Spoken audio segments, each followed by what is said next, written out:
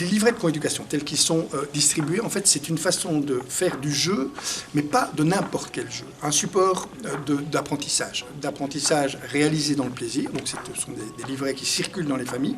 Donc, le but du jeu, c'est de dire apprendre, ça peut être très amusant. Apprendre dans un contexte familial, ben, ça a du sens. Ça a du sens si on relie les jeux à des contextes de proximité.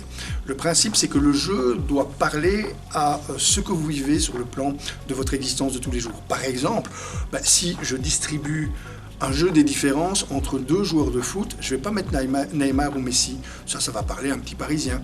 Je vais mettre un joueur de Valenciennes, c'est-à-dire quelqu'un qui est connu, non pas nécessairement partout, mais dans mon espace intime, dans mon espace privé, il a de l'importance. Un enfant qui va devoir jouer au jeu des différences, qui est un jeu qui va lui permettre de façon très très intéressante d'opérer des discriminations. L'apprentissage de la discrimination, c'est ce qui va me permettre d'apprendre à lire, d'apprendre à écrire et d'apprendre à compter. C'est en discriminant les chiffres, en vérifiant la différence qu'il y a entre deux chiffres, que je suis capable d'avancer dans les calculs. Même chose pour le français, c'est en discriminant les mots qu'on arrive à les singulariser.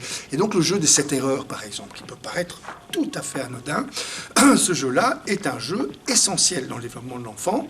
Ça lui permet de repérer dans ce qui semble semblable, deux synonymes, ce qui fait la différence entre les deux. Si vous dites on va jouer au jeu des 7 erreurs, ça peut sembler effectivement amusant pour l'enfant. Si vous dites on va jouer au jeu des 7 erreurs à partir d'un joueur de foot que tu connais bien, et on va jouer avec papa ou avec maman, ça devient une expérience tout à fait différente, parce que c'est une expérience partagée. Le principe de ces livrets, c'est que ce n'est pas des livrets qu'on donne à l'enfant en disant débrouille-toi avec, occupe-toi. Ce sont des livrets qui montrent je vais me préoccuper de toi.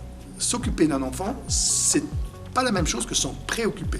S'en préoccuper, c'est faire avec lui ou l'accompagner dans ce qu'il fait. Un livret de coéducation, c'est un livret qui montre très clairement l'intention qu'a l'adulte de se préoccuper de l'enfant. Par exemple, il ne va pas faire à sa place, il ne va pas faire à la place de l'enfant, mais il va faire avec en regardant. Simplement, si vous dites, tiens, voilà le joueur de foot de Valenciennes, on connaît le joueur, et vous contextualisez.